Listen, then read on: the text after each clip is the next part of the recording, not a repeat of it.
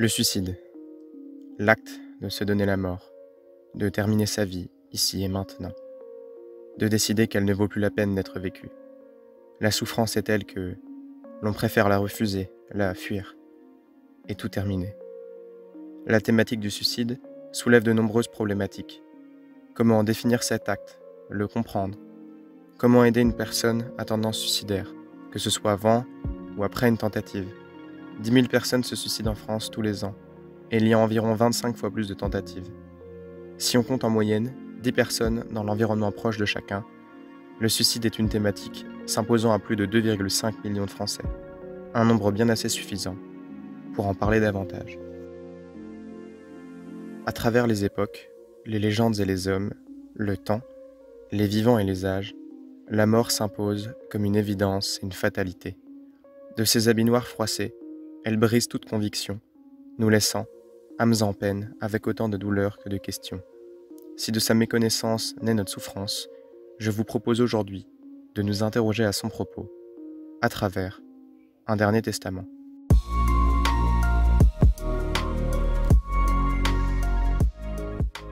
Le suicide est une thématique très intime, mais d'intérêt général et de santé publique. Un silence s'est créé autour, du fait que celui-ci soit difficile à comprendre. Il est aussi souvent vécu comme une honte par la plupart des gens. Ceux qui restent n'arrivent pas à comprendre pourquoi il ou elle a préféré partir que de rester avec ses proches. Qu'est-ce qui lui manquait? Pourquoi est-il parti? Pourquoi ne m'en a-t-il pas parlé? Et cela implique une énorme remise en cause de soi pour ceux qui restent. Je n'ai pas réussi à être l'aide qu'il lui fallait. Suis-je moi-même méritant de cette vie? Cette honte généralisée est possiblement due à un héritage religieux. Dans la plupart des religions, le suicide est souvent perçu comme un acte allant à l'encontre de la vie offerte par Dieu, et est donc diabolisé. Mais ceux qui souffrent le font bien souvent en silence. Et une simple aide, une simple main tendue, pourrait permettre d'atténuer toute cette souffrance tout à fait normale et compréhensible. Le suicide, il faut en parler, oui, mais la question est en plus de savoir comment, car il reste un sujet sensible et complexe. Dirigeons-nous progressivement vers la réponse à cette question, en comprenant tout d'abord qu'est-ce que le suicide et son rôle à travers l'histoire. Le suicide, qu'est-ce que c'est? Le suicide, c'est l'acte de se donner la mort en étant conscient de ce que cela implique. Celui-ci présuppose la connaissance de la mort qui se fait en général vers l'âge de 6 ou 7 ans. En psychologie, on aborde le sujet par le biais d'une période nommée crise suicidaire, d'environ 6 à 8 semaines. Cette période correspond à un moment carrefour ou de rupture dans la vie d'une personne et ne veut pas dire qu'il y aura forcément un suicide. C'est plus un moment de perte de sens et de recherche de solutions. Cependant, si aucune ne se présente à nous, nous pouvons alors tendre vers l'acte suicidaire. Cette période apparaît soudainement, mais résulte d'énormément de facteurs et fait l'objet d'un processus plus ou moins long. Nous n'entrons pas dans cette période par hasard. Contrairement à la pensée générale, le suicide n'est pas forcément impulsif. Le désir de mourir se combat jusqu'au dernier instant avec celui de vivre. Celui qui compte se suicider est encore dans un temps d'attente, où tout peut arriver. Cela traduit alors forcément des signes annonciateurs, qui nous serviront à repérer et faire de la prévention. Avant d'agir pour prévenir le suicide, il est nécessaire de comprendre comment une personne peut en venir à avoir des idées suicidaires et même faire une tentative. Les motivations poussant au suicide peuvent être très différentes. Elles sont possiblement défensives, punitives, agressives, sacrificielles, ludiques ou instinctives. Elles peuvent aussi être l'expression d'une volonté de repos, d'annulation de toute chose, de toute souffrance, d'un désir de calme. Le suicide peut se présenter comme la solution à un bilan sur la vie. Une personne va considérer sa vie si peu satisfaisante qu'elle préfère simplement y mettre fin. On remarque souvent une anxiété vive ou un vécu dépressif chez de nombreux cas. D'autres suicides sont plus impulsifs et peuvent parfois se lier à des crises délirantes. On représente souvent le suicide comme une porte. Celle-ci peut être une porte de secours, elle est prise afin de fuir un sol en feu, ou une porte de sortie. La solution paraissant irrémédiable, on abandonne. Elle peut aussi être une porte tout à fait banale, avec le simple désir de la traverser. Bref, il y a autant de raisons de se suicider que de vivre, et nous pourrions continuer longtemps. Pour appuyer ce propos, l'histoire nous montre que de nombreuses formes de suicide à travers tous les âges ont déjà existé. Avec le brahmanisme, en Asie dans l'Antiquité, les adeptes se suicidaient dans le but de rechercher une perfection. Plus tard, suite à la mort de Confucius, de nombreux disciples se sont tués par pur respect et soutien de cet homme. Au Japon, nous observons des suicides pour rejoindre les divinités. Bien avant, dans l'Égypte antique, la mort, vue comme une délivrance, pouvait se traduire par la recherche de la mort la plus noble, la plus digne. Et la solution était parfois un suicide, mais très joli. Chez les Grecs, le suicide se voit puni, tout comme chez les Romains.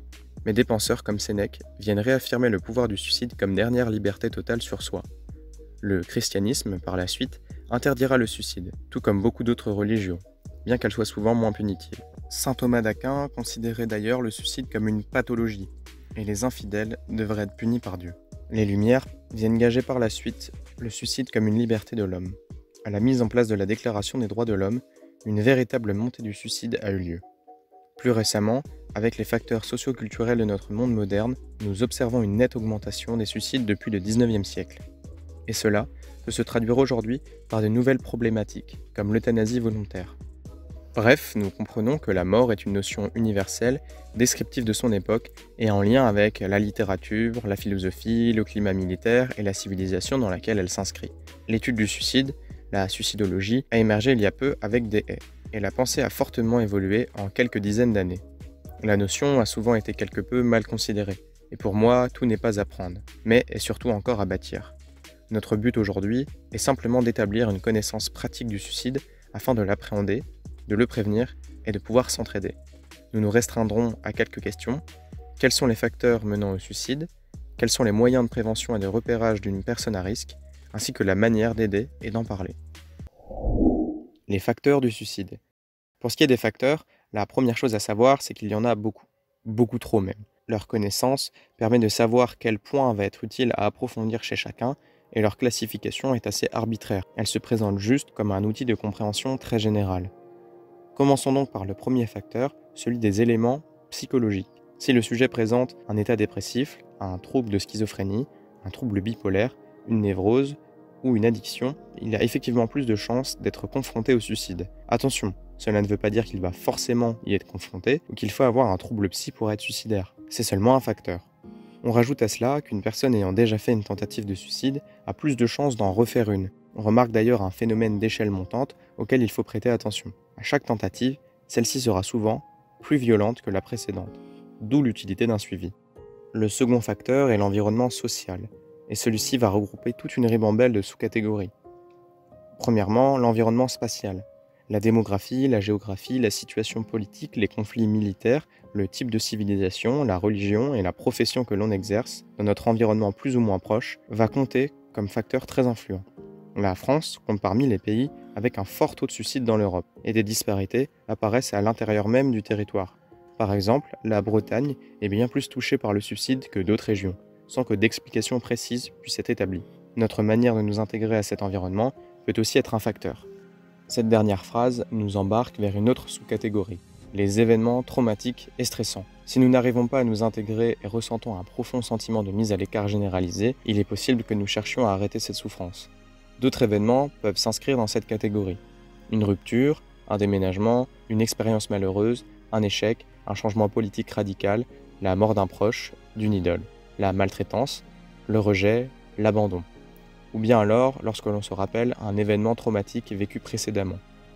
Cette catégorie touche directement à l'environnement familial la plupart du temps, et il me semble important de rappeler qu'il n'y a aujourd'hui aucune raison de penser que le suicide est héréditaire. Nous pouvons effectivement hériter de tendances névrotiques de nos parents, qui eux-mêmes sont des facteurs possibles du suicide, mais en aucun cas, un enfant hérite du caractère suicidaire d'un parent. L'influence d'un suicide dans une famille, au contraire, lui, peut être un facteur, car l'exposition au suicide d'un proche est très influent. Suite à ça, il y a aussi notre physique, qui peut être également un facteur important. Le taux de suicide varie en fonction de l'âge, de notre couleur, de notre sexe. Et il est observable une montée du taux de suicide lors d'événements physiques comme la puberté, la ménopause, les menstruations ou les maladies. Il est aussi à combiner avec notre environnement social. La place des personnes âgées au Japon et en Europe est par exemple très différente et pourrait influencer sur notre état mental. Posséder un attribut physique différent à l'intérieur d'un groupe discriminant peut également se révéler de l'ordre de l'expérience traumatisante. Comme dernier facteur assez ambigu, il y a l'influence de certaines œuvres ou personnes. Nous retrouvons donc ici les sectes, qui dans certains cas ont pour but de nous mener à une mort sacrificielle ou instinctive, mais il ne faut pas négliger l'influence de certains livres ou séries. Par exemple, à la suite de 13 Reasons Why, Le procédé utilisé par la protagoniste dans la série pour se donner la mort s'est retrouvé chez de nombreuses adolescentes par la suite. Une œuvre fictive ou les discours d'une personne peuvent donc avoir un impact dans la représentation collective des spectateurs du suicide. Il faut faire très attention à ne pas créer un mode d'emploi du suicide quand on en parle. Nous y reviendrons par la suite, mais de manière générale, on évite de parler de la manière dont on peut le faire, car d'un coup le suicide paraît plus accessible. Bref, les facteurs peuvent être classés de manière tout à fait différente. Mais ce qu'il y a d'important à retenir en tant que personne, c'est que la causalité suicidaire est dure à définir. Il n'y a pas de cause simple au suicide. Elles sont multiples et difficiles à comprendre. Pour comprendre ce qui pousse à l'acte, il peut y avoir une raison déclencheur, associée à un facteur de stress énorme vécu d'un coup lors d'une période de vulnérabilité, ou une raison accumulatrice. Un acte anodin va pousser au suicide, par simple accumulation, comme la goutte qui fait déborder le vase. À l'échelle de la société, l'important c'est que les raisons poussant au suicide s'expliquent bien plus simplement. Intolérance et violence. Chacun de nos actes a des conséquences et nous en sommes responsables. Chacun de ces facteurs possède des solutions et il va être de notre volonté aujourd'hui d'en apporter un maximum du mieux que nous le pouvons, individuellement et collectivement. Prévenir le suicide. Pour prévenir le geste suicidaire, plusieurs actions sont possibles collectivement. Tout d'abord, il faut restreindre l'accès à l'arme à feu et à la pharmacie familiale, car ces modes de suicide sont les plus représentés dans l'imagerie générale. Ils seront donc les plus employés. Leur facilité d'accès est un véritable danger. Je parlais il y a quelques instants de ne pas faire un mode d'emploi du suicide lorsque l'on l'évoque de manière classique. Secondement, il faut travailler sur la stigmatisation de la maladie mentale et de l'intolérance de manière générale. Les maladies psy sont bien plus communes que l'on ne le pense et ne sont absolument pas graves. De nombreuses personnes souffrent déjà de maladies et n'ont pas à subir le poids de moqueries en plus. En Amérique, chaque famille possède un psy attitré et cela est tout à fait normal. D'autre part, il est aussi important de prendre la tentative de suicide comme un sujet très sérieux. Lorsque quelqu'un fait une tentative de suicide, la société juge souvent qu'ils font seulement ça pour attirer l'attention ou autre déduction bancale. On ne juge pas la finalité d'un acte. La personne s'est intoxiquée volontairement et a été sauvée grâce à des unités médico-sociales et des services d'urgence et de réanimation méritant tout notre soutien.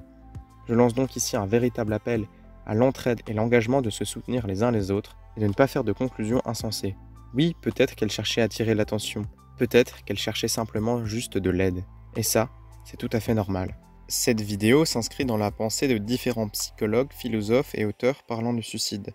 La chose la plus importante que j'ai compris et que j'ai retenue à chaque fois est cet engagement de se soutenir. Chaque action permettra la diffusion de l'information et de tous s'éduquer à mieux comprendre la thématique du suicide et développer donc une entraide générale. En parler aidera à diffuser cette pensée. C'est ce que je vous demande aujourd'hui.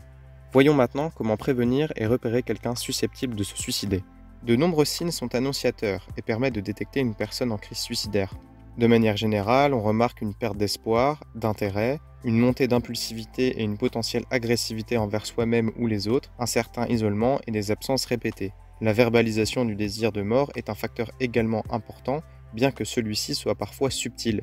On estime que de nombreuses personnes en parlent avant de passer à l'acte, contrairement à la pensée générale. L'évocation d'une volonté suicidaire ne veut pas forcément dire que la personne va se suicider, mais il est impératif à ce moment-là d'ouvrir un dialogue avec. Les signes sont multiples et chacun devra aussi faire appel à son bon sens. Au moindre doute, il est conseillé de simplement ouvrir le dialogue. Vous avez donc engagé la discussion. Pour celle-ci, il n'y a pas non plus de règles ou de questions précises à respecter, mais voici tout de même quelques pistes intéressantes. Tout d'abord, notre langage doit être sobre et clair. Nous aurons besoin d'une bonne capacité d'écoute et nous devrons rester actifs et ouverts. Il est possible de poser n'importe quelle question une fois une relation de confiance installée. On peut commencer avec des phrases comme « Comment fais-tu pour surmonter les problèmes que tu rencontres ?» ou « Veux-tu parler de quelque chose qui te tracasse ? Je suis là pour t'écouter. » Il est important de montrer que vous êtes un soutien, que vous vous inquiétez pour la personne et vous pouvez tout à fait lui proposer des solutions diverses, sans chercher à lui dire ce qu'elle doit faire, juste de simples propositions. Il faut faire attention à ne pas minimiser la douleur également, ni vouloir trop bouger la personne. On évite les « arrête d'y penser »,« tout le monde a ses problèmes », auxquels on préférera la proposition d'un rappel « je suis disponible et à l'écoute, je te propose d'en reparler, de nous revoir ». Ce rendez-vous signifie une opportunité future et est très important. On cherche simplement à donner de l'espoir. Il est aussi important de donner confiance dans la capacité à la personne à se rétablir. Après quelques instants de discussion, il faut s'autoriser également à poser des questions très directes. As-tu pensé à la manière de te suicider? Souffres-tu au point de vouloir mourir? As-tu décidé quand? Ces questions assez ouvertes évitent les pourquoi, qui sont souvent des pièges à réflexion. On essaye à travers ces questions d'évaluer le taux de dangerosité de la situation, mais il ne faut pas oublier de toujours privilégier l'aspect soutien plutôt que l'aspect investigation. Je me fais du souci et je tiens à toi. Je veux m'assurer que tu aies l'aide nécessaire pour traverser cette épreuve. L'aspect investigation nous servira surtout à agir après la discussion. On cherche donc à répondre aux questions où, quand, comment et avec quoi. On vient interroger la pulsion de mort, la pulsion de vie, et on cherche à comprendre l'état de crise et la perception de la réalité de l'interlocuteur. Il peut être utile également de déglorifier la mort. On évalue 3 degrés de dangerosité lorsque quelqu'un exprime le désir de se suicider clairement. Attention, ceci est un outil et doit impérativement être utilisé à travers une évaluation générale. Il ne peut pas se faire tout seul. Il est un élément à prendre en compte parmi les autres. Les 3 degrés sont donc les suivants. Le premier, le scénario n'a pas encore été envisagé. Le second, le scénario a été envisagé mais n'a pas de date précise. Et le dernier, le scénario a été envisagé et possède une date claire. Cette dernière situation est très compliquée car la décision a déjà été prise par la personne et nous faisons souvent face à un mur de silence. S'il n'y a pas de mode d'emploi précis, nous faisons tout de même appel à notre bon sens pour cette évaluation du danger. Tout d'abord, je veux rappeler qu'il n'y a pas à paniquer dans le cas où le danger ne paraît pas imminent. Le nombre de personnes ayant des pensées suicidaires est bien plus élevé que le nombre de personnes passant réellement à l'acte. Pour prévenir le danger d'une personne n'étant pas en danger immédiat, il est donc possible d'établir un plan de sécurité. Il s'agit d'un plan simple pour faire face à une situation difficile et permettre à la personne d'obtenir de l'aide très rapidement. On peut dresser une simple liste de choses distrayantes et amusantes à faire en cas de crise, ou on peut aussi noter les numéros d'appel disponibles afin de faciliter leur accès. La question de la manière de se suicider est également à éclaircir pour établir un plan de sécurité. Il est préférable d'éloigner les outils qui aideraient la personne à passer à l'acte. Toute idée est bonne à prendre. Par exemple, pousser un meuble devant une fenêtre. Il est également très important d'aider la personne à se rapprocher d'un système de soins sur la santé mentale. Les systèmes de soins peuvent parfois être chargés, mais il est impératif d'aller au moins à un rendez-vous ou d'avoir un échange avec un médecin ou un psychologue. Aller chercher de l'aide est parfois compliqué et cela nécessite parfois un accompagnement. Établir le contact entre la personne et le corps médical lui servira à continuer ces échanges et ce premier contact est donc très important. Il est aussi utile de vous-même garder ce contact avec la personne et de continuer à échanger et la soutenir. Mais si la situation paraît réellement dangereuse et immédiate, il sera impératif d'empêcher la personne de se retrouver seule et mettre en place une surveillance. Vous n'avez pas forcément besoin d'être la personne qui va rester avec, simplement car il est possible que vous ayez des choses très importantes à faire vous aussi, ou que vous ne soyez pas capable d'assumer cette responsabilité. Ce n'est absolument pas grave. Mais on ne peut pas non plus la laisser partir toute seule. On demande aux proches, à la famille d'aider, et dans le cas où personne ne serait disponible, il est possible d'appeler les urgences. Attention à ne pas enfermer la personne cependant. On cherche seulement le moyen de l'empêcher d'être seule et de se nuire à elle-même. Ce qui est important est de montrer à la personne notre engagement envers elle. Je m'inquiète pour toi et j'ai besoin de te savoir avec quelqu'un et en sécurité. Attention néanmoins, si nous forçons trop une personne avec un taux de dangerosité n'étant que peu élevé, nous pourrions créer l'effet inverse. Il faudrait à celle-ci un accompagnement plus doux et distillé. Les situations dites urgentes sont si l'intention de se tuer a clairement été communiquée, un scénario de suicide a été mis en place et est prévu dans un laps de temps court, ou si évidemment la tentative est déjà en cours. Une question morale se pose alors forcément, doit-on forcer quelqu'un à se faire aider même si celle-ci ne semble pas vouloir, ou exprime le fait de ne pas vouloir? La réponse à cette question est compliquée, mais de manière générale, la réponse est oui. On ne peut pas laisser partir quelqu'un seul, dans cette situation à risque, et nous nous devons de l'aider. Tant pis si cela l'embête maintenant, nous nous devons de la protéger. Pour finir sur ce qui est de la prévention, je vous redirige vers différentes plateformes d'aide. Pour ce qui est de l'écoute, il y a SOS Suicide Phoenix Écoute, Suicide Écoute, France Dépression, SOS Amitié et bien d'autres. Je vous mets d'ailleurs en description la page d'Info Suicide qui est pour moi le meilleur portail de site vers les numéros d'appel. Ces plateformes peuvent vous fournir une aide immédiate, mais servent aussi à sensibiliser de manière générale l'environnement public, mais aussi professionnel. Elles peuvent proposer des structures d'accueil, d'urgence médicale, des unités psychiatriques et sont également des pôles de recherche en suicidologie. Par le biais d'enquêtes et d'études, elles font avancer la recherche et il me semble important de les soutenir. Pour préparer l'après, il est également possible de se diriger vers des groupes de parole ou des associations. Je vous mets des liens utiles en description. Pour terminer, la prévention peut se faire aussi pendant l'acte suicidaire, et il est important de connaître certains numéros afin d'aider à une hospitalisation le plus rapide possible. Il est impératif de rappeler ces numéros en permanence, celui du SAMU le 15, celui des pompiers le 18, et celui des urgences le 112. Ces personnes doivent souvent traiter de nombreux cas, et il faut s'obliger à être le plus clair possible et le plus rapide. On indique alors qui nous sommes, une victime, un témoin, on donne un numéro sur lequel on peut être appelé, où nous sommes en donnant une adresse précise et la nature du problème. Je mets également dans la description le lien des centres antipoison pouvant être utiles. Le suicide peut toucher tout le monde, et il est important que chacun sache que d'autres personnes peuvent vous aider et vous tendre la main. Il faut s'autoriser à accepter cette aide et se protéger les uns les autres. Je vous remercie d'avoir regardé la vidéo jusqu'à la fin. Je vous dis à bientôt. Je vous remercie vraiment d'avoir regardé cette vidéo jusqu'à la fin, elle est pour moi très importante, car le suicide est une thématique dont il faut parler plus souvent. Comme je l'ai dit, tout le monde y est plus ou moins confronté une fois dans sa vie, et il y a beaucoup plus de gens qui ont des pensées suicidaires que de gens qui se suicident. Mais tous sont importantes à comprendre et à gérer. En tout cas, je vous remercie vraiment d'avoir regardé la vidéo, et je vous dis à bientôt. Ciao ciao.